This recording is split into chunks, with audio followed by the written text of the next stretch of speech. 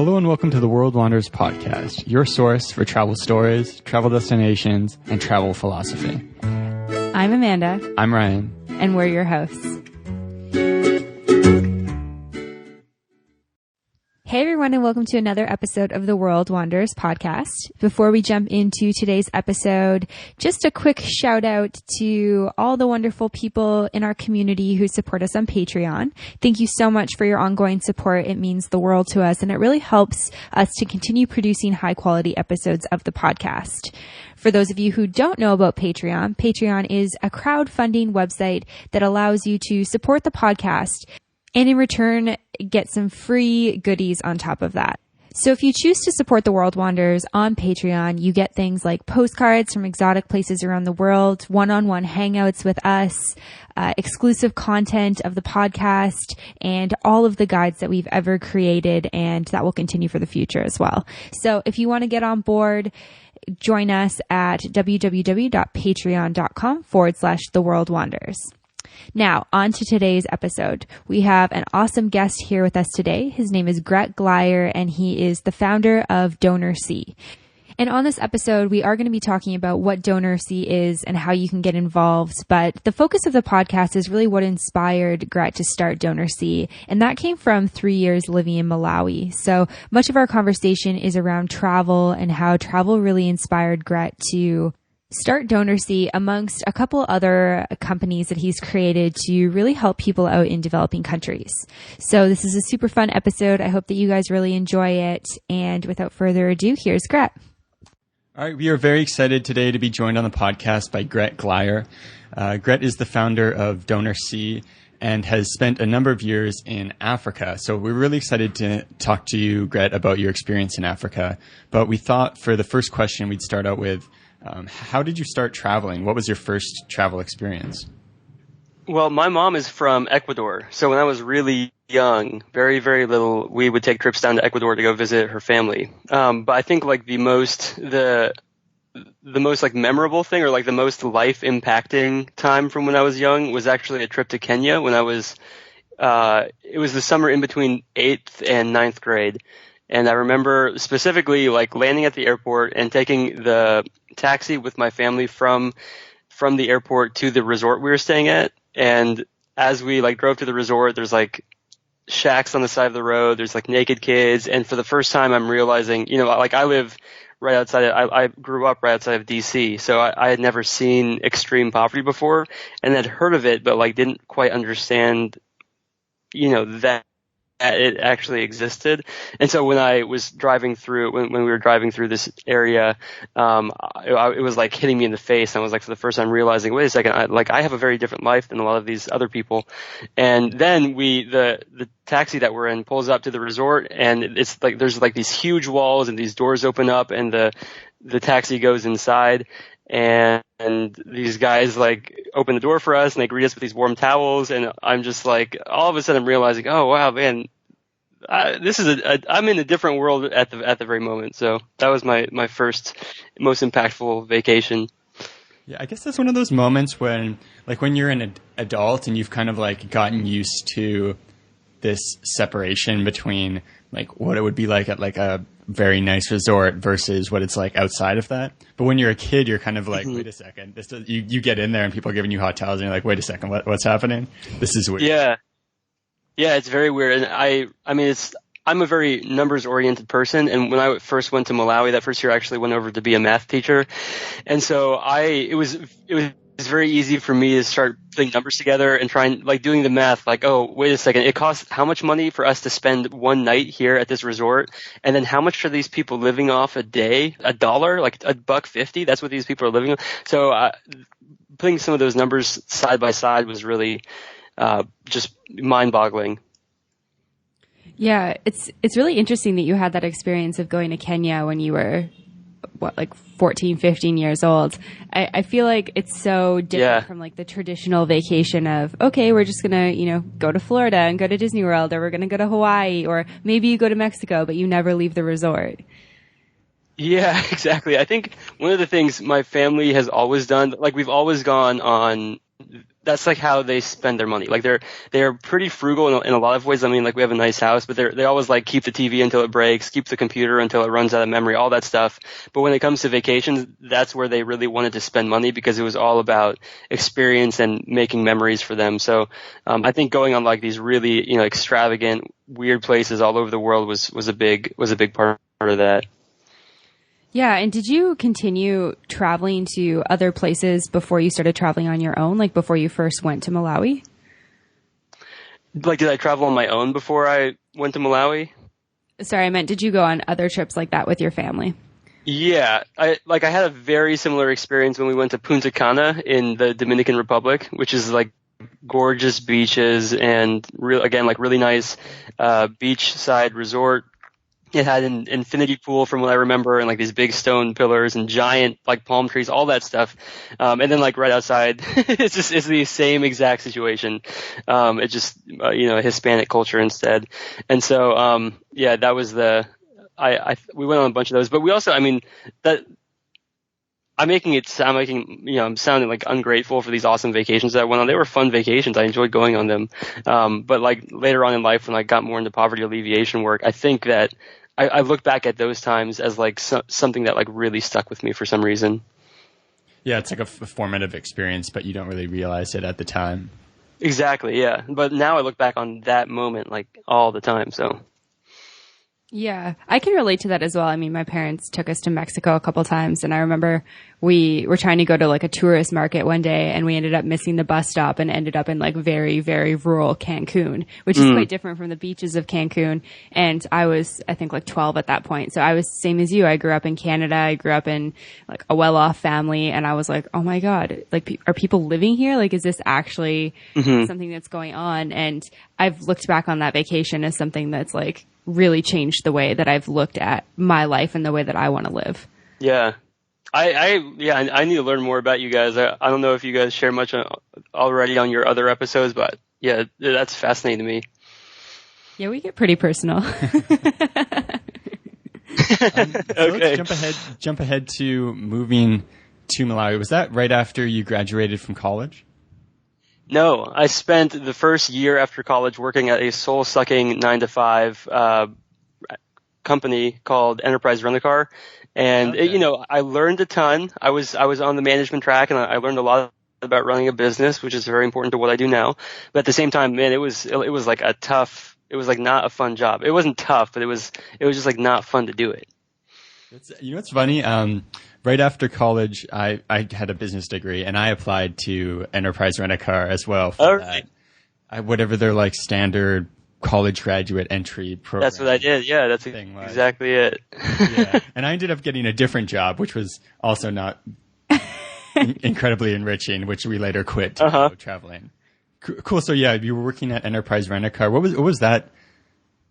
Like, what was your view of what a career was, and how were you going about it at that time? Were you kind of just like doing the normal, like, okay, I got to get a job now, this is going to happen for the next 40 years type of thing, or where was your head at? Yeah, that's a good question. I was looking for, I didn't exactly have a plan. I just knew like I'm graduating with a college degree and I live in this like nice area. So like the thing that society tells me to do is get a job that has upward potential so that I can have like a comfortable retirement someday. Like these are like just like the motions that you are supposed to go through.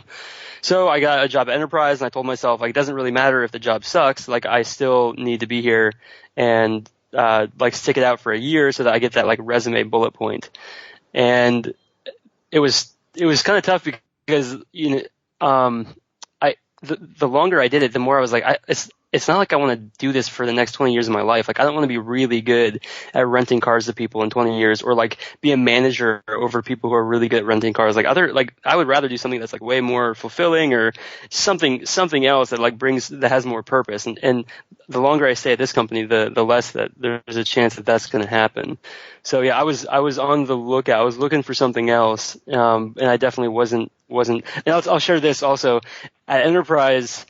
There's this like weird dynamic where every rental car company, the only the only thing that you can really differentiate yourself on, you might be able to like squeeze be a few dollars like less expensive than the competition.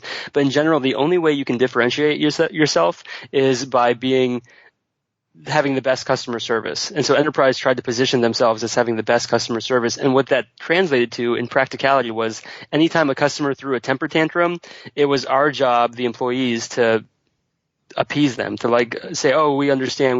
Like anytime someone was throwing a fit, like a grown adult was throwing a fit, we have to be like, oh yeah, we understand, sir, no worries. It doesn't matter if they're 50 years old and they're acting immature. Like we just have to bend over and take it.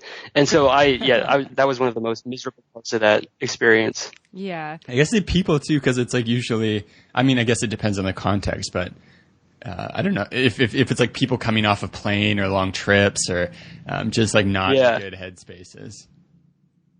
We worked in like a wealthy area, so that it was like these guys who were like really successful, and everyone was less important than whatever it is that they were doing. So that was the main issue.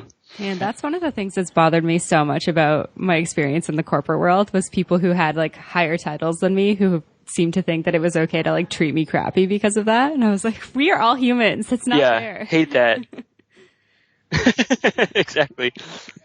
So do you remember when did the idea creep into your head about teaching in Malawi or teaching anywhere? Yeah, so the teaching thing was like that was like I wanted to travel, and then teaching was like my vehicle for doing that. So that was never a primary motivation, but the traveling was, and I think it had to be like at some point while I was at Enterprise, I started thinking about it, and I applied to places for like 6 months before I found a really good fit. And so, yeah, I think it was during that. And another thing that was very impactful was I don't know if you guys know who Scott Harrison is. He's the CEO of Charitable, but I watched a talk he gave, kind of like a TED Talk sort of thing. And I watched a talk he gave about how he went and he spent a couple years in Liberia or on mercy ships and all this other stuff, and how that like changed the trajectory of his life, and how what he's doing now is like really molded by that. I think seeing that talk and like being really impressed with this guy and what he's built was something I wanted to replicate. Oh yeah, that's cool. I taught at a yoga studio who gave their donations from their karma class to Charity Water.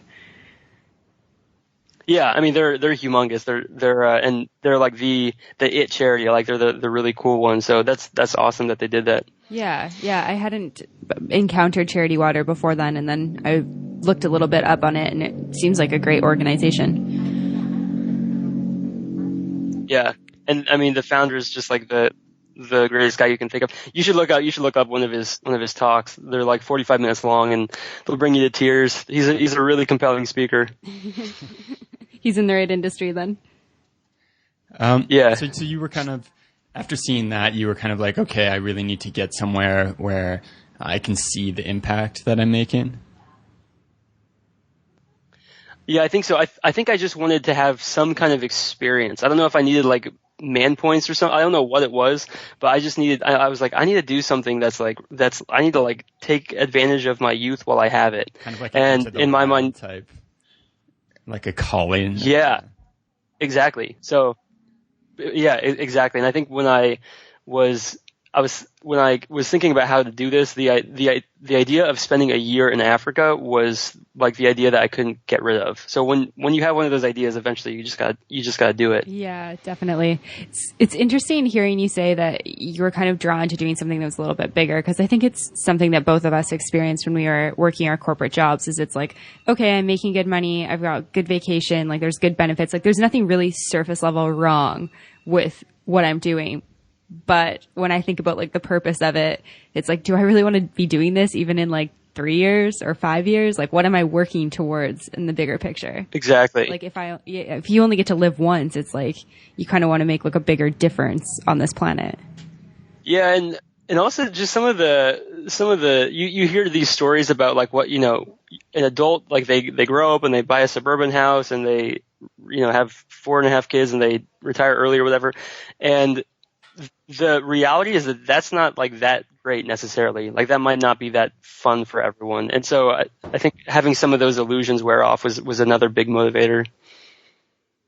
up until that point, did you feel like that was kind of just how you were going to live your life? Like that was your trajectory? Like go to college, get a job? No. Buy a house?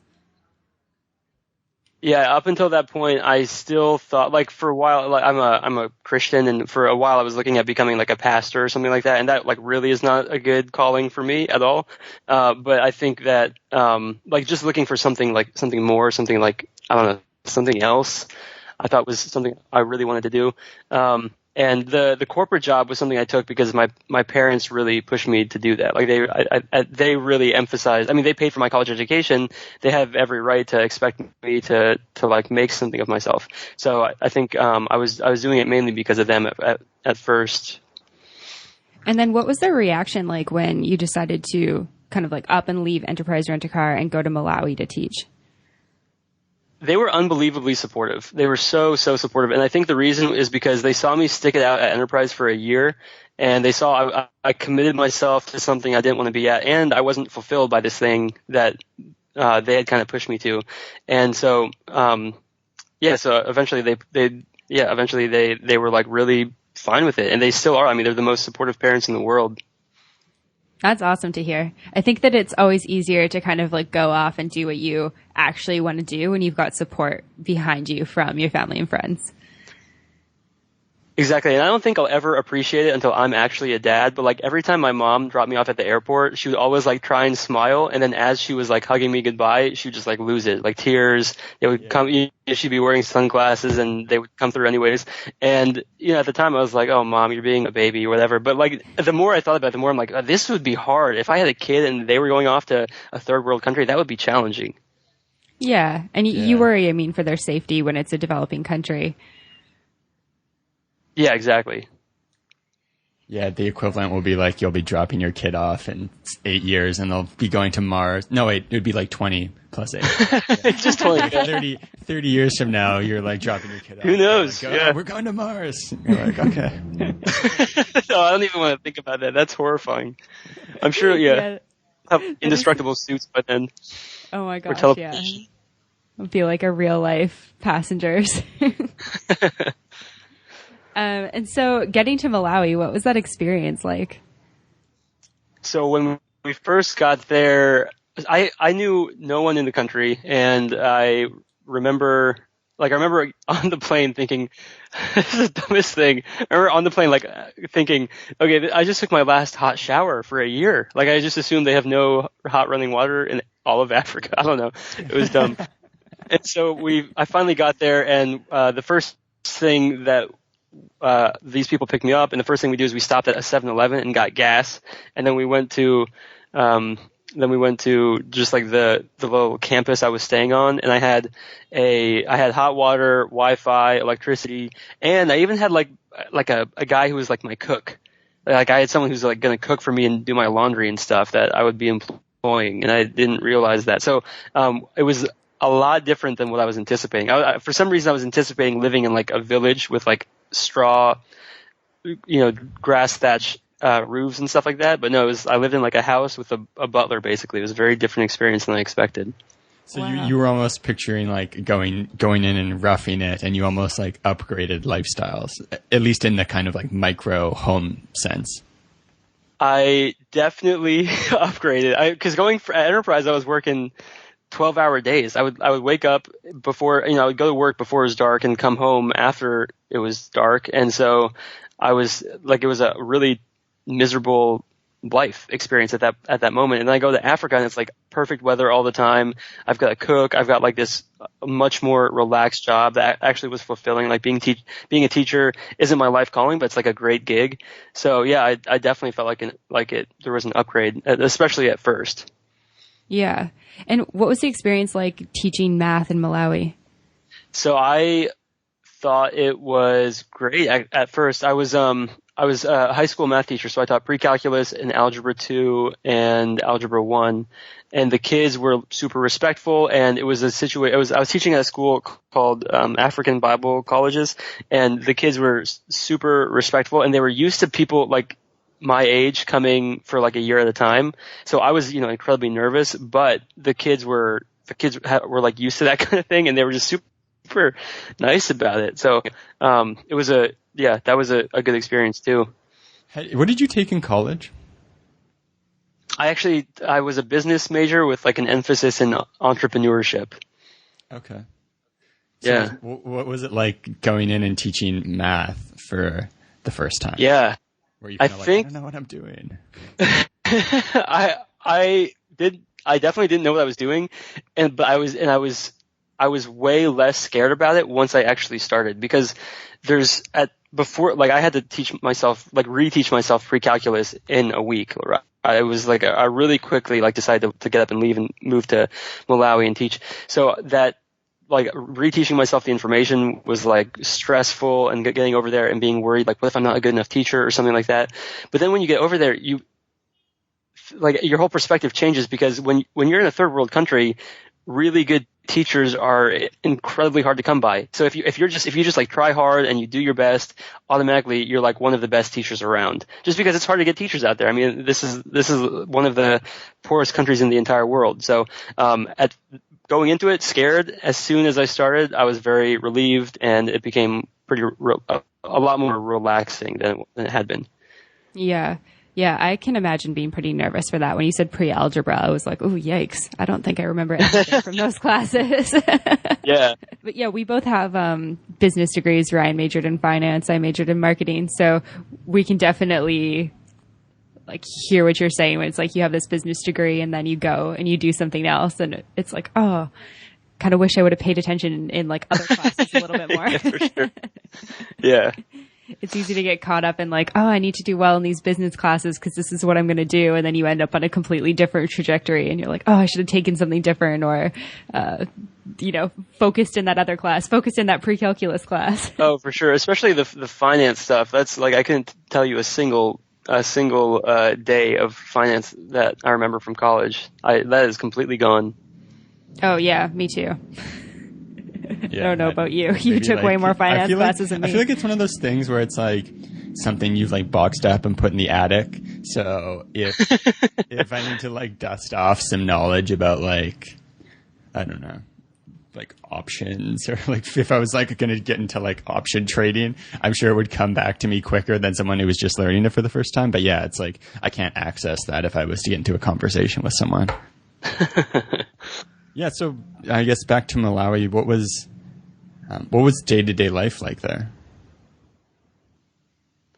So I lived there for 3 years. My first year, I was a teacher, and then I transitioned into poverty alleviation work, and that was more stuff I started on my own. So I still lived on like the campus that I originally started teaching at, and I had a nice community there. There were other Americans and South Africans and Europeans, and we all, it was like a nice place to live and comfortable. Everyone had their own house and that kind of thing. And but so the teaching stuff was what it was. But when I started doing the poverty alleviation, that's when my life got a lot more interesting, and that's when I felt like I was really like trying to find my true calling. Like I was actually doing things on a day-to-day basis that I felt were very impactful and important and so forth. So one of the first things I did while I was still a teacher was a friend of mine, Blessings, took me out to this village. And earlier when I was talking about what I thought Africa was like, grass thatched roofs and dirt floors and all that stuff, that's what this village was. That was like exactly what you picture is what it was. And so he takes me out to this village and we're like walking through it. And eventually off in the distance, there's like this old lady, and she's got a staff, like a stick, and she uses it to like lift herself up, and she starts hobbling towards us. And so me and Blessings were walking towards her. This old lady's walking towards us, and then she just like falls down right in front of me onto her knees and puts her hand out to shake my hand out of a sign of respect. And so I shook her hand, and I was like, Blessings, what's going on? Like, why are you showing this lady to me? And he explained that her name was Rosina, and she was homeless, and she needed a house within a month, or rainy season was coming, and she was in really big trouble, very, very big trouble. She's 70 years old, skin and bones. She had not eaten in a week when I met her, and so I asked Blessings, like, well, I mean, what do you want me to do? How much does the house cost? And I'm from Northern Virginia. You know, houses cost $500,000 where I'm from. I'm thinking like this is Malawi, Africa. So hopefully it's closer to like 10 or 20,000. And I'm just like not exactly sure how much it's going to cost, but like as you know, I'm the only one who can help this lady, so I better do something about it. So I asked Blessings, how much is it going to cost? And he's like, well, it's really expensive. But it's going to cost $800 to build her a house. And that was when like my world fell out from underneath me, and I was like, oh my, what, $800? I spent that on my last iPad. This is like insane. And so I crowdfunded the $800 and we built her a house, and the roof of the house was put on the day before the first really big rain of the season. So the timing couldn't have been better. That's so crazy that you could build a house for $800. As you said, that was the cost of my last iPad. I'm like, my last iPhone cost more than that. Yeah. Yeah, it's nuts. It is very, very crazy. But when you think about it, it kind of makes sense. You know, you hear half of the world lives on $1 a day or $2 a day. And it's not like those people could afford a $10,000 house. I mean, they're going to have to have a situation where they can afford a $800 house. Otherwise, they won't have anywhere to live. Yeah. At that point, did it kind of like really put into perspective to you, like the difference in the way that we live in North America versus like how the average person, how a local lives in Malawi? Yes. That was the moment probably. And that was one of those moments where I really it really was solidified in me. And also made me realize how much I could make an impact in the world. So after we built the house for that lady, what I did was we took pictures of the house and we sent it back to the donors, and they loved it so much that they called me up and they said, we want to build another house. We already have the money. So I was like, okay, I'll go find someone who needs a house. I wasn't even looking. And so, I went and I found someone who needed the house. We built I built a whole charity around it. So during that year, I started a charity called HOMES, which is it's an acronym, HOWMS, Housing for Orphans and Widows in Malawi. And, we just built houses for $800 for people, and people would send in money. We would build the house, and then we would make a little video of them moving into their house. And the charity is running today. We still build several houses every month. And so we've built over 100 houses since that started. Wow. That's amazing. And what type of people were donating to that? Like, was it friends and family back home, or you said donors, so I wasn't sure if it was like corporations or. Yeah, so it's always like an individual of some kind. At first it was my mom. My mom is a painter, and she went to this painting class that she attended, and these ladies, they all just like sit around and paint and talk to each other. And my mom came out to visit me over Christmas of my first year, and my whole family did, but my mom, she met that lady Rosina. I brought her to the house, and we sat down in this lady's house that I had built, and we had this conversation. And it was a very emotional experience for my mom to talk to this older lady, that, her son had built a house for. And so my mom went and she told her painting class about this experience and how moving it was for her. And so the painting class was moved by it, and then they decided they want to get involved. And so they started sending money, and then it kind of just blew up from there. I never even intended to start a housing charity, but people, it was so compelling to be able to help someone in such a significant way for such a small amount of money. And then not only that, but get to see it, right? Most of the time when you give to charity, you get a thank you email, and then they ask you for more money the next month. And this was a different situation where we didn't ask you for more money. We actually just showed you what we did with the money you already gave us. So. Yeah, a very direct use of it. And it's very concrete in your mind exactly what's happening, right? Yeah. It shows the A to B. You're giving us X amount of money, and we're going to use it to build this thing. And, your money is going exactly where we say it's going. You're not paying for a CEO or accountant or anything like that. So. Yeah, no, that's awesome. What's the process actually to build a house in Malawi, in terms of getting supplies and somebody to actually physically put it together? Right. So I kind of had to figure it out as I went along, but after you build 3 or 4 houses, then you kind of have a whole system in place. And so that guy Blessings, who I mentioned earlier, he's the local contact. The first time I went out there, and he introduced me to Rosina, but in general, it's kind of a weird / dangerous situation for a white person to go into these villages, because not dangerous in the way you're thinking. It's dangerous because it creates the white savior complex in these villages, which is like a bad thing. So for the most part, Blessings was like my right hand man. He would go into these villages. He would develop relationships with the chiefs of the village so that we were working through the existing power structure. And then he would find local labor and local supplies. And so all the houses, like the bricks and the roofing supplies and all that stuff, we always bought it from the local village. So whenever people were donating a house, they were not only donating money to they were not only, building a house for a widow, but they were also stimulating the local village economy. And we were doing it in a way that was like sustainable, and we had the whole community involved, and we would have like young boys come and volunteer and help with some of the building and stuff. But basically, I stayed out of it. My guy Blessings took care of everything. That was the basic thing. Yeah, no, that's cool to hear. I know I don't know too much about sort of like charitable organizations and that sort of thing, but what I do know is that it's important to have like local people being a part of that. So you're not just like bringing supplies, from the US or bringing people from the US and then just like building this home up for people. And like putting the local contractor out of business and putting the local hardware store out of business. Yeah. Yeah, no, that's awesome. That sounds like such a rewarding experience to have had. Yeah. I mean, it still is. It's really fantastic. So yeah, you're right. Yeah. Is Blessings the person who kind of like runs it still within Malawi?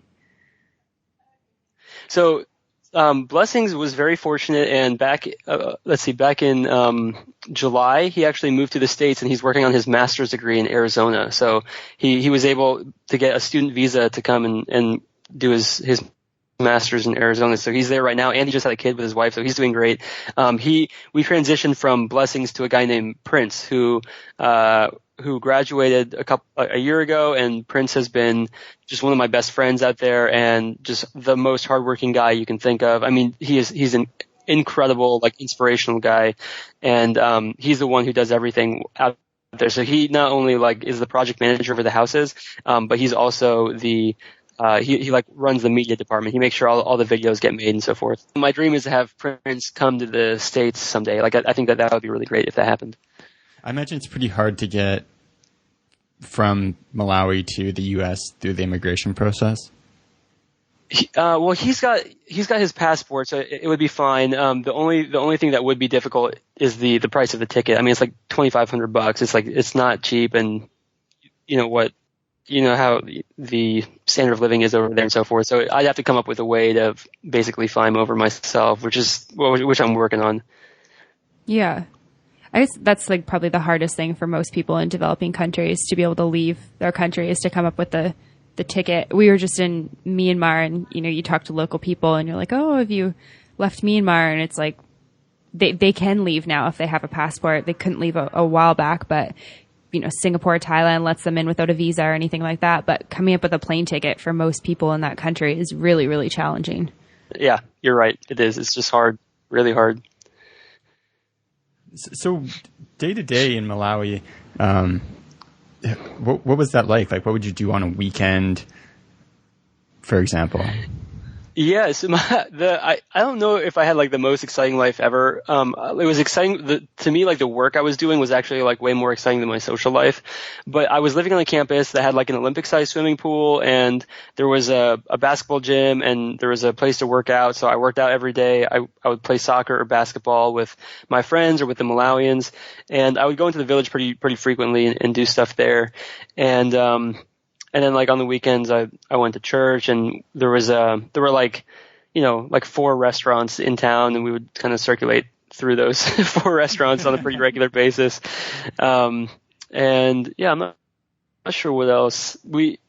You're not really allowed to go out at night. I mean, like, it's not like anyone was prohibiting us, but it's very, very dangerous for a white person to walk around Malawi at nighttime, because it's like, you have basically a big target on your head that you're like a lot more wealthier than most of the people living there. So there's dangers in that. But at nighttime we would all gather in one person's house and watch a movie or something like that. Okay. Yeah, that's cool. Well, so something I'm curious about is, I think, like, usually, even when you get into an area that's meaningful, sometimes on like the day to day, it doesn't like feel like it as much, or you move somewhere because you think it's going to be adventurous, but day to day you kind of don't get those feelings. Was there any points when you were there where you're kind of just like, I just want to go back to the States, for example. I just want to go backpacking somewhere. Did you ever have any moments or kind of like lows like that? Yeah, I think a ton. One of the things that I found very challenging at times was sometimes like the other people, the other people you're around can be a challenge to be around sometimes. Sometimes you don't get along with someone, or people say things behind your back, or that kind of stuff. I think it's always like the people that make the place. And if you're around good people, like even at Enterprise, I worked at a few different branches. When I was around good people, I liked it. I liked going into work a lot more than when I wasn't around good people. So you can do almost any job if you're like around great people.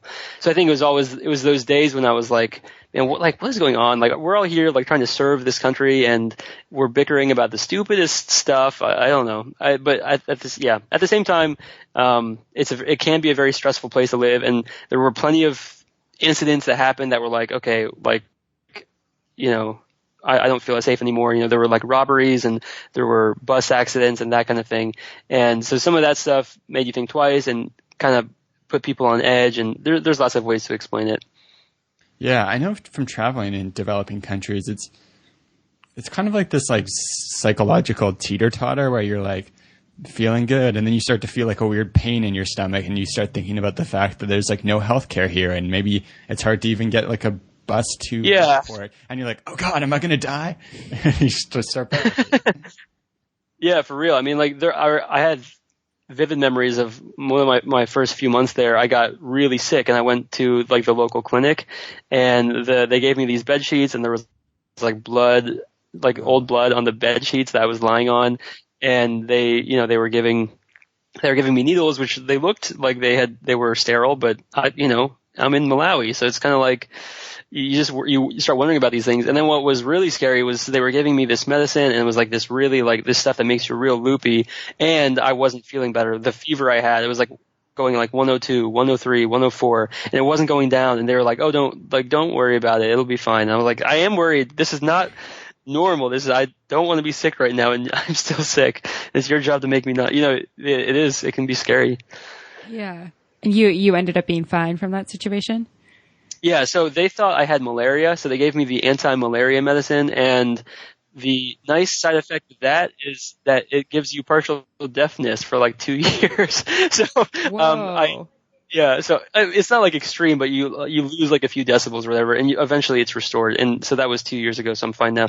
But it wasn't even malaria. It turned out it was tonsillitis, and so they gave me the medicine for that, and then I was fine. Oh, that's a pretty different. It's a roller coaster. Yeah, it's a pretty different sickness to have. Yeah. Was malaria something that a lot of people had to deal with there? Yeah, that's like probably the number one killer in that country. And I took malaria medicine every day, but people who take malaria medicine still are susceptible to getting it. But yeah, malaria kills tons and tons of people in Malawi. Yeah, we were just when we were in Myanmar a couple weeks back, we kept meeting up with this guy from England who'd lived in Nigeria for a number of years, and he was talking about, he said so casually, he's like, well, I was there for 3 years and I only got malaria once.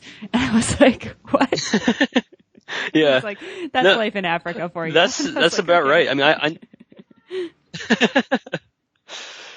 yeah.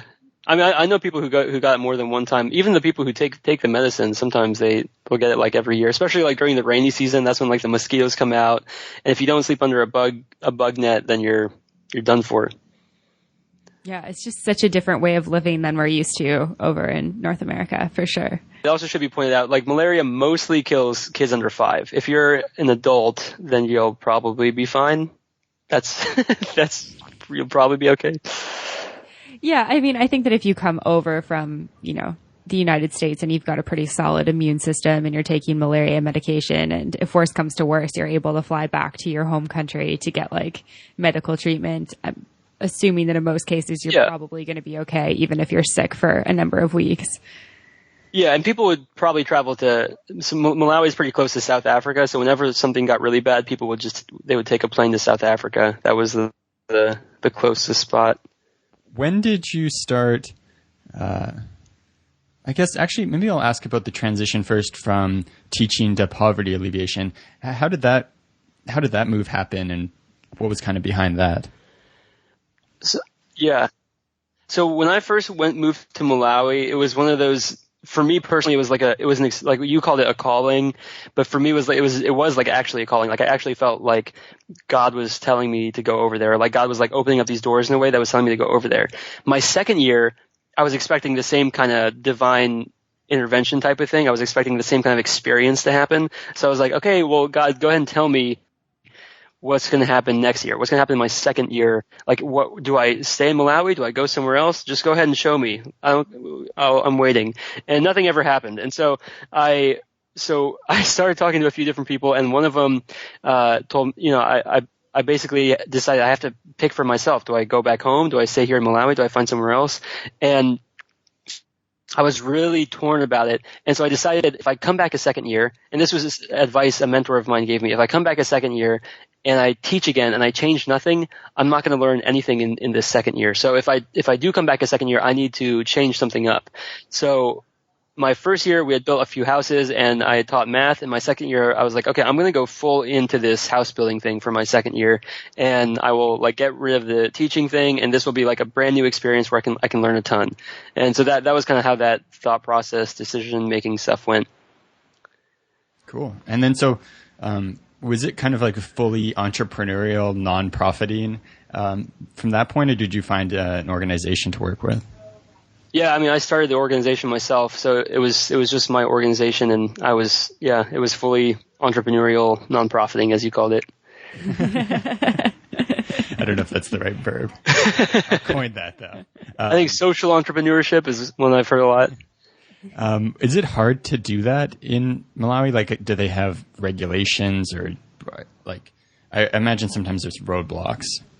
Yeah, I would say the government regulations are non-existent because the government's like fairly just like small and broke. The thing that is always a problem, the thing that you always have to like really look out for is corruption. So that can show up in so many different forms. Thankfully, both Blessings and Prince are just like the most trustworthy guys you could possibly find on the face of the planet. But there are like the chiefs that we work with, a lot of times they are not trustworthy, and we have to be very careful about like how we interact with them. And sometimes like the builders are not trustworthy and so forth. And so a lot of the corruption is such an integrated part of the society that it's hard to it's that those are where the roadblocks come up. Okay. Did you have any stories of stuff you ran into? Yeah, I mean, every time there was a period in time when there was this big government scandal that came out that they called it Cashgate. That was in 2013, and basically they found out that billions and billions of kwacha that was supposed to be from foreign aid, supposed to be going to go fund like hospitals and like feeding starving people.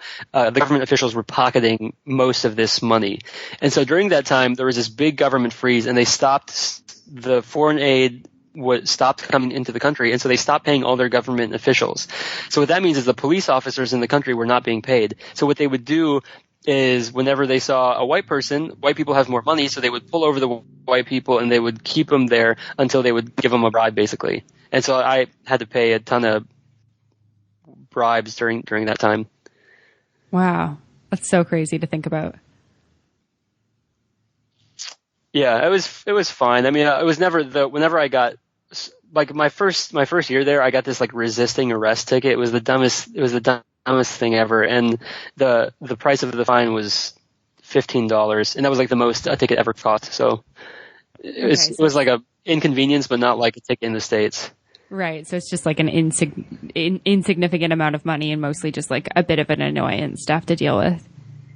Exactly. Yeah, and you also like play with your head, like you're like, I'm here to help these people, and they're like ripping me off. Like, you start saying stupid stuff like that. So, but it wasn't a big deal in retrospect. Yeah. And so, at what point were you inspired to start DonorSee? That would be about a year ago. So after I did the crowdfunding, the houses, then I started crowdfunding some other stuff. So like one thing we talked about the malaria problem.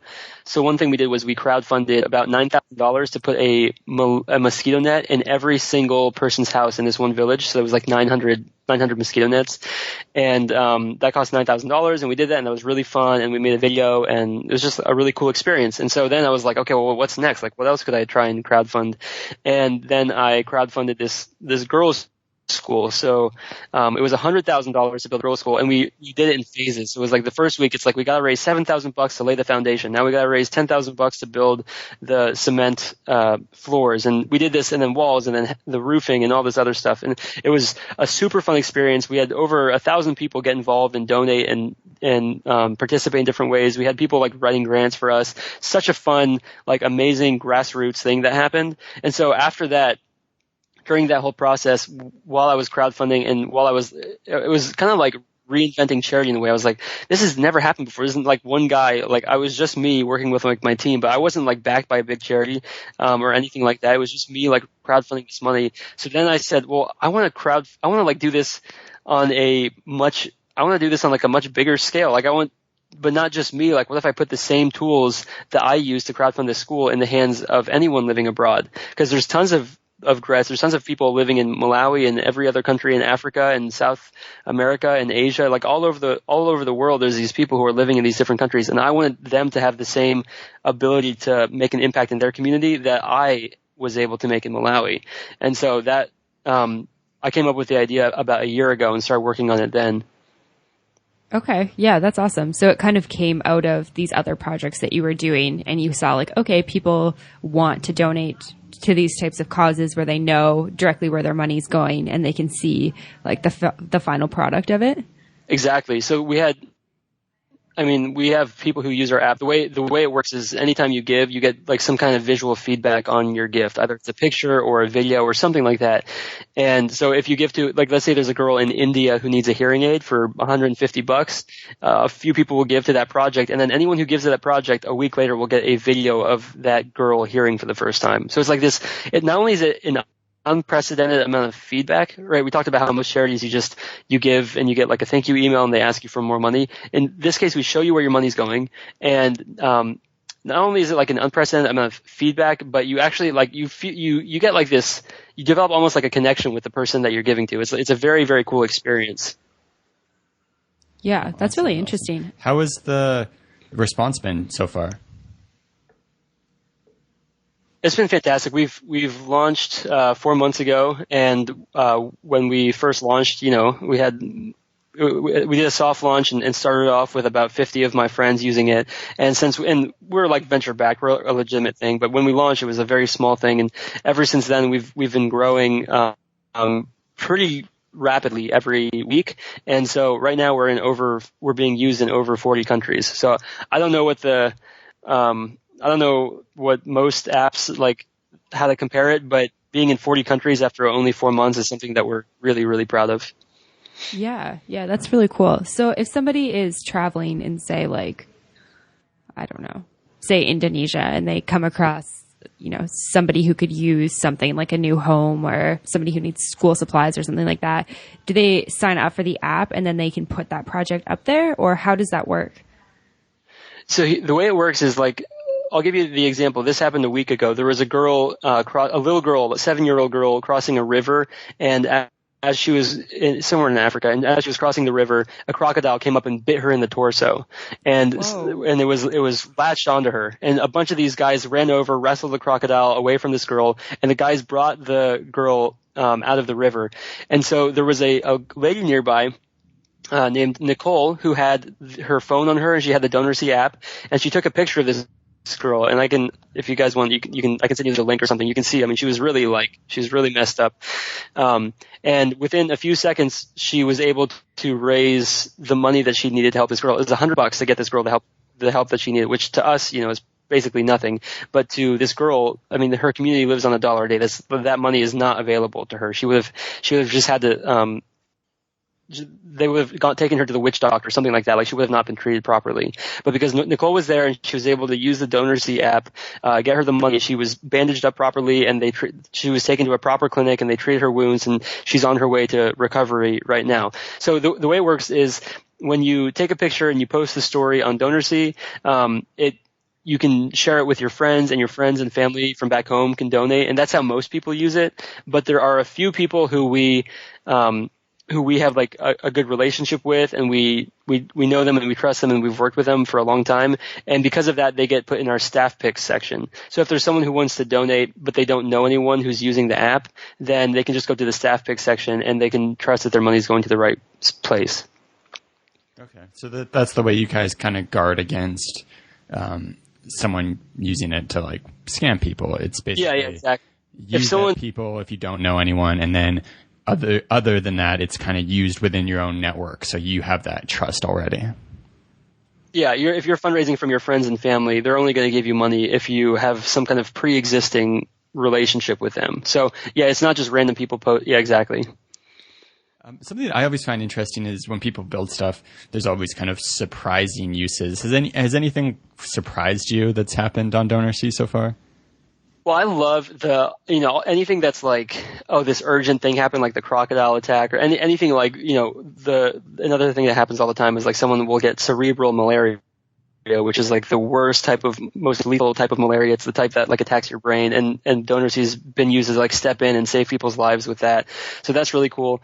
I think also one of the things I wasn't anticipating is people have started to use it for like some really big projects. So there's a girl named Kristen Johnson who is fundraising for an orphanage, and she's using the same model that we did with the girls' school I built in Malawi. So she's already crowdfunded for the foundation of the model of the orphanage, and now she's working on crowdfunding the walls of it. And so that's in the staff pick section. Kristen's a good friend of mine. That's a very worthwhile project to give to. And there's been that's the same kind of like really cool grassroots thing. And then I think the other thing that's been cool is, you think of mostly third world needs, but there's a guy named Dr. Bennett who lives in Japan, first world country, but there's a pretty apparently a sizable homeless community in Japan. And so this guy is like taking them bread, taking them hot soup. He provided them with winter coats and sleeping bags. And that, I love seeing the way it's being used even in a first world context. So those are some of the cool things. Yeah. Have you seen it being used like in the US at all?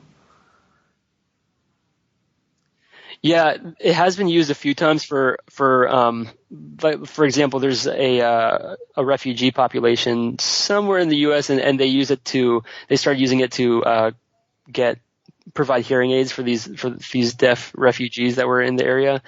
So refugees in the U.S. and then there's also it's also been used for there's some people with like severe disabilities, paralysis, and that kind of thing, and they'll use it to help them out in their situation. Yeah. That's amazing to hear that it's being used like all over the world. Yeah, I'm thrilled. I'm so like grateful, and I just want more and more people to use it. I mean, it's such a cool tool and such a great way for people to build relationships that they never before were possible. And so are you back in the US now? Yeah, right now I moved back. That girls' school I built, September 5th was the first day of that school, and September 6th was my last day in Malawi. So I got to see the school open, and obviously I still like keep in touch with it and so forth. And it's still running, and it's completely like 100% self-sustaining, so that's cool. And we're actually thinking about building a classroom for it this year. Anyways, all that aside, I'm back in the US. I couldn't run the app, I couldn't run the DonorSee from Malawi. I tried and it doesn't work. So yeah, I'm back in the DC area. And how has that experience been? Have you experienced any kind of like reverse culture shock moving back to the States after 3 years in Africa? Yeah, I definitely have. I think it's been a challenging thing. I know that I'm here. I know that it makes the most sense for me to be here, and I'm able to make the best impact in the world because I'm here. So I think that makes it that makes it bearable. But, I've been working with like building houses for widows and helping people, get cured of malaria and all this other stuff. And then I come back to the U.S. and I'll go to like a New Year's Eve party or something. And it's like, cool. I don't know. It's not hard to be, excited about some of the same things that my, peers are. Yeah. I think that that's something that we can both relate to. Coming back from our travels. And I mean, we haven't traveled Africa extensively, so we haven't seen that level of poverty, but it's coming back and your friends are talking about things that you're just like, why are we talking about what that girl's wearing on the street? Like, I don't really care what she looks like. Like, I don't want to talk about her. Yeah. Like, I really don't care if she chose to wear that, like, out of style skirt. Exactly. Yeah. It's like the first world problems type of all that stuff that you hear about that. And, right now there's a really heated political climate, and people are complaining about all sorts of stuff on both sides of the spectrum. And, like, sure, there's serious things going on, but half of the world lives on $1 a day, like 3.5 billion people. That number just doesn't, it's hard to let that sink in with most people. Yeah. So it's kind of like having this like experience of depth, and then you come and see kind of all these like the real problems, but kind of like shallow water problems. Yeah, exactly. The shallowness is good. Yeah. People are bored, and they live in a bubble, and they're reacting to their very small world getting disrupted. But yeah, they have no idea how amazing they have it. I mean, like the United States, say whatever you want about the United States, it is one of the best places, not only like in the world, but ever in history. I mean, we have such amazing systems in place in this country. So yeah, it's something that it's easy to get caught up in when you're in your home country. We're Canadian, so we're in the same boat. It's like one of the freest nations in the world, and it's easy when we're home to get caught up in like, oh, we have such high tax rates, or like, oh, our tax money's going to healthcare, and like, oh, yeah. This road is so crappy, and then you go somewhere where they don't even have healthcare in place, or they can't leave their country freely, and you're like, okay, maybe my country's not perfect. I don't think there's any country in the world that is perfect, but I've got it pretty good holding this passport. Yeah. Yeah, exactly. Yeah. I had one where I was talking to a friend from India, and I was trying to do something with teaching English, and I was complaining about having to someone was trying to like threaten me about a business license or something. Then I was just complaining about it to her, and she's like, have you like looked at the ease of doing business index? And I was like, oh, yeah.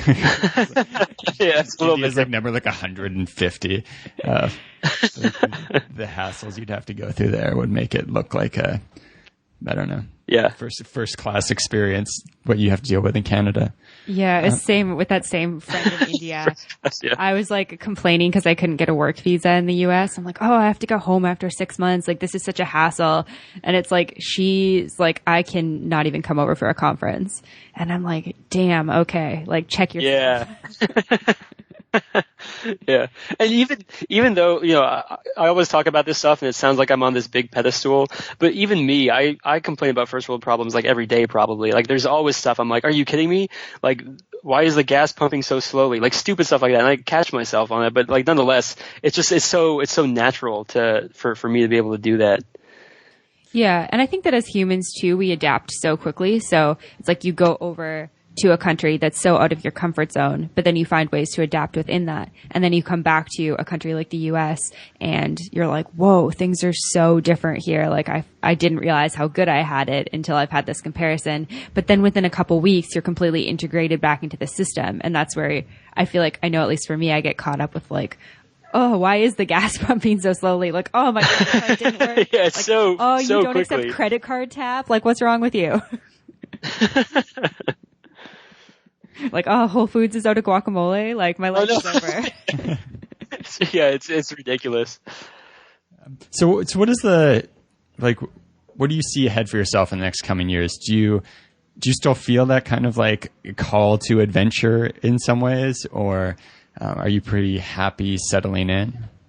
Yeah, I don't consider myself settled in yet. I'm really I'm working on DonorSee, and I want to just grow that and make it as big as possible. And I really want to just help millions and millions of people living in extreme poverty. And that's what I want, my legacy to be, that I want to work on all that stuff. So it's hard. But at the same time, for example, Hurricane Matthew came and devastated Haiti back in October. And so when that happened, I went down personally to Haiti and we, provided disaster relief kits to the people of Likaya, which is one of the coastal cities that was hit really hard. And, DonorSee was used to help those people faster than any other major aid organization. Like one of the things that we do really well is speed. Like not only do we get money to where it needs to go faster, but we also provide feedback on donations faster. So I'm still like, I'm on board to do whatever it takes. I've even, a couple months ago, I was looking at going to, Iraq and Syria, because of all of the stuff that was going on in Mosul and Aleppo. And so I want to be a part of like the people who are hurting in the world, and I want to do something about that. That's where I want to be. Yeah. Yeah. No, that sounds like you're doing some amazing work. So do you see yourself kind of like basing yourself out of the US as you grow DonorSee and going to different places as disaster kind of pops up or as things happen in the world? Yeah, I guess I'm willing to live wherever it takes for me to help the most number of people. And so right now that I think the U.S. is the best place for that, at the moment. And I'm on the East Coast, but maybe at some point it makes sense to go to the West Coast or who knows what. So yeah, I'm not exactly sure where I'll be living, but I'm down for whatever.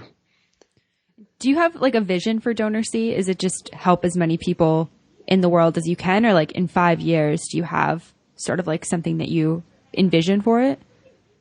Yeah, well, I really want it to be this, like a major platform and possibly like the platform. Like I want it to provide, on the one hand, I really want to help a lot of people. On the other hand, I also this podcast, we talked about building a house for $800. The majority of the world has no clue what's going on the majority of the first world has no clue what's going on in the third world, is what I should say. And so, I really want to build some awareness around that. And I would love, like, you know how when you show up on like Netflix.com or YouTube.com, there's like, hey, would you like to see, here are your recommended movies. Here's more movies that are comedies, and here's movies by the same actor and all that stuff. I want DonorSee to be the same experience. You show up on DonorSee and you can just give to any project anywhere in the world. You can use it to fight extreme poverty. You can use it to fight sex trafficking. You can use it to do all sorts of different stuff all over the world. And that's my vision for DonorSee, just to be like this really big epicenter of amazing, impactful projects that are happening all over the planet. Yeah, that sounds amazing. That's really cool. Thanks. What do you guys use? Like, what's your payment network like? How do you actually get the money around? Have you guys used like cryptocurrency, or how does that work? We use Stripe. Stripe is like a third-party payment processor, and so the money goes basically it goes directly from the donor's credit card to the like, let's say there's an aid worker like myself. It goes to that person's bank account, and then that person is responsible for deploying the funds however they want to do it. And the reason we do it that way is because, so like, you guys live in Bali at the moment. I lived in Malawi. There are ways to easily get money to those places, but it varies vastly based on what city you're in, what country you're in, what like the political climate is, all sorts of stuff. But the people who live there are the ones who are most capable of knowing how to get their money there. So we just leave it up to them instead of like trying to create a system where we're trying to accommodate everyone. We're just like, you guys can figure it out. You do this all the time. We trust you. Just like having people who are connected to the banking system wherever they are in the world can get the money through there. Yeah, and for the most part, they have to have some kind of like American bank account or Canadian or some Stripe only works with about 20 different countries. So for the moment, that's how it works. Okay, yeah, and then so the money gets transferred into that person's bank account, and then that person's responsible for taking all of the money out and doing what they like. But at the same time, exactly, and at the same time, sometimes what like my friend Nicole, she raised the $100 and that money went into her account. But it's not like she's like, okay, well now I have to go get the $100 that went into my account and bring it over here. Like she's just like basically like reimbursing cash that she's spending on the front end, but she's just able to spend like a lot more because she's like using it to help people around her. Oh, okay, so it's like, so she can start with the process. Like she puts it up on the app and then she's like, okay, like I'm going to try and raise $100 and I'm just going to like start taking care of this girl who needs help right now. And then the money like slowly comes in to her bank account to kind of reimburse what she was doing. Yeah. Like it depends on who it is. Like, for example, I have 200 something followers on DonorSee. So what that means is anytime I post a project, I know it's going to get funded. It will get funded at some point. Like there's enough people who are following me and seeing what I'm doing that whatever I post, they trust me and they're gonna give me the money I need for that project. I just have like a lot of rapport, so I don't need to wait around. But there are people who like they're new to the platform, they haven't quite built up their following yet, and those people, they're not able to provide urgent help as quickly unless like someone else steps in. Sometimes we do with really urgent situations. Okay. Yeah, that's interesting. And then it's just based on like a trust model, I guess, because you're working within your network. Exactly. Yeah. The trust model, but like I said, the staff picks are people that, these are like people I've worked with for a really long time who I know that the money's going to the right place. So we expose them to donors that they wouldn't otherwise have. But yeah, for most people, it's just like, it'd be like you posting on Facebook and asking your Facebook friends to give to some little girl who needs hearing aids, like your friend, if you want to screw over your friends, I guess you're free to do that, but very few people, would act. If someone has the personality to do that, they're probably not going to get any money in the first place. Right. Yeah. No, I like that model because it's something within, I guess, sort of like charitable organizations is not you always, but some part of me whenever I'm like, okay, am I going to put money towards this or not? Like, where is my money going? And I like the idea that it's based through your network. So it's like you're giving to somebody that you already have trust with, or somebody that you've like heard about and you've created rapport with. So you're like, okay, I know this person's not just like, hey, I need $100 so I can go out tonight type thing. But it's also a really cool idea for travelers. I know a bunch of people listening to the podcast are out maybe around like Southeast Asia or wherever they are in the world. If you encounter something where you're, maybe a family you've done a homestay with, their daughter has a medical issue and they're struggling to pay for it, you can just like sign up and get them some help. So it's a really cool way for travelers to make an impact while they're out in the world. Yeah, and one of the things we see is like if it's something like $100 or $200, your network is going to fund that within a couple hours. Like we have people who whenever they sign up, they try and like fundraise $10,000 for a car or something like that. But like the people who really are successful and who build up their following and stuff are the ones who they post those like small projects and they like work their way up. They show that they're responsible delivering on like smaller projects, and then they do a little bit bigger and then a little bit bigger, and then eventually they're able to do things like Kristen, who's building an orphanage with the app. So yeah, I think that's really great because I think that through all of our travels through developing countries, I know it's something that's kind of like pulled me is like, I'm like, oh, I'd like to help in some way, but, I don't want to get involved with like a bigger organization and end up with, a million middlemen in between me and actually making a difference. And it's so cool to think about just downloading an app, finding a project that's meaningful, and then reaching out to my network and saying, like instead of buying your Starbucks latte today, can you give $5 to this? And it'll go a long way, and I can send you a photo with it, with where it's going.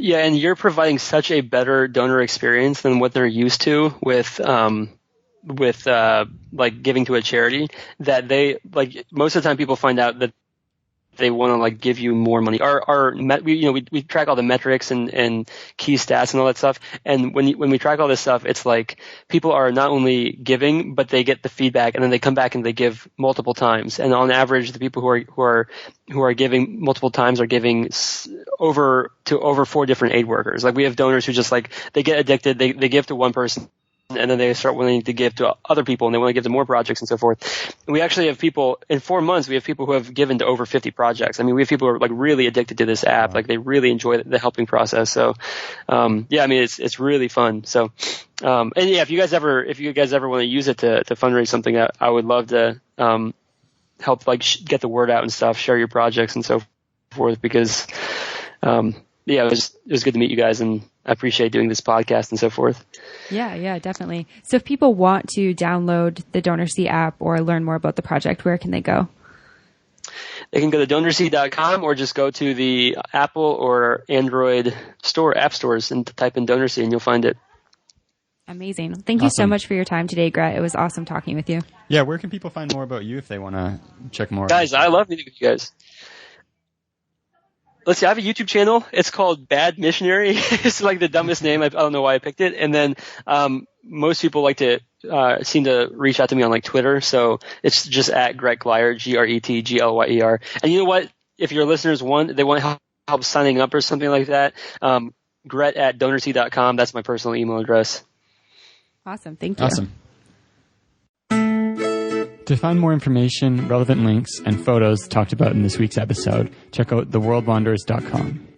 If you have a question, comment, or feedback, send us an email at info@theworldwanderers.com. Join our community on Facebook at The World Wanderers or on Twitter at WorldWanderers1. As always, thanks so much for listening. Have a great day. Bye.